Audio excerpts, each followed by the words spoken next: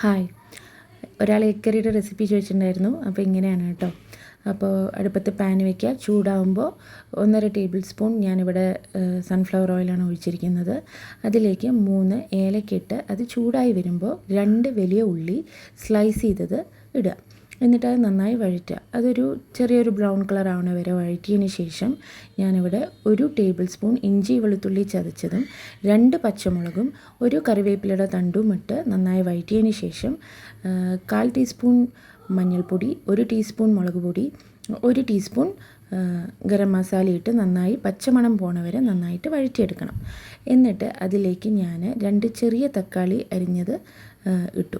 അതും ഇട്ട് വഴറ്റിയതിന് ശേഷം അപ്പോഴാണ് ഞാൻ ഉപ്പിട്ട് വഴറ്റിയിട്ട് അത് വേവിക്കാൻ വയ്ക്കുക. ഈ സമയത്ത് നമുക്ക് അരപ്പ് റെഡിയാക്കാം. അതിന് 4 ടേബിൾ സ്പൂൺ തേങ്ങ, 1 ടേബിൾ സ്പൂൺ മുഴുവൻ കുരുമുളക്, 1 ടേബിൾ സ്പൂൺ മുഴുവൻ പെരിഞ്ചീരകം, 6 കശുവണ്ടിയും നന്നായി അരച്ചെടുത്തിട്ട് അത് ഇതിലേക്ക് നന്നായിട്ട് ഒഴിച്ചെടുക്കുക.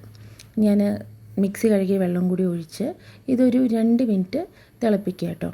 ഇത് തിളച്ചതിന് ശേഷം നമുക്ക് എത്ര കണ്ട് ഗ്രേവി തിക്ക് വേണം അതിനനുസരിച്ചിട്ടുള്ള വെള്ളം ഒഴിക്കുക. ഞാനിവിടെ 1 കപ്പ് നല്ല ചൂടുള്ള വെള്ളം ഒഴിക്കണം കേട്ടോ. അതിൻ്റേതായ ടേസ്റ്റ് ഡിഫറൻസ് ഉണ്ട് ചൂടുവെള്ളവും തണുത്ത വെള്ളവും ഒഴിക്കുന്നതിന്. അപ്പോൾ ആ ചൂടുവെള്ളം ഒഴിച്ചിട്ട് ഞാനൊരു 5 മിനിറ്റ് തിളപ്പിച്ചതിന് ശേഷം മുട്ടയിട്ടിട്ട് ഈ മുട്ടയും കറിയും കൂടിയും ഒന്ന് മിക്സ് ആവാൻ വേണ്ടിയിട്ട് 5 മിനിറ്റും കൂടി നന്നായിട്ട് ഈ ഗ്രേവി നന്നായിട്ട് തിളപ്പിച്ചതിന് ശേഷം ഗ്യാസ് ഓഫ് ചെയ്തിട്ട് പച്ചവെളിച്ചെണ്ണയും പിന്നെ കറിവേപ്പിലയും ഇട്ടിട്ട് ഗാർണിഷ് ചെയ്യാം. ഇത്രയേ ഉള്ളൂ കേട്ടോ. വളരെ ഈസി ആയിട്ടുള്ളൊരു എഗ് കറി റെസിപ്പിയാണ് കേട്ടോ ഇത് പൊറോട്ടയുടെ കൂടെ നല്ലൊരു കോമ്പിനേഷനാണ്.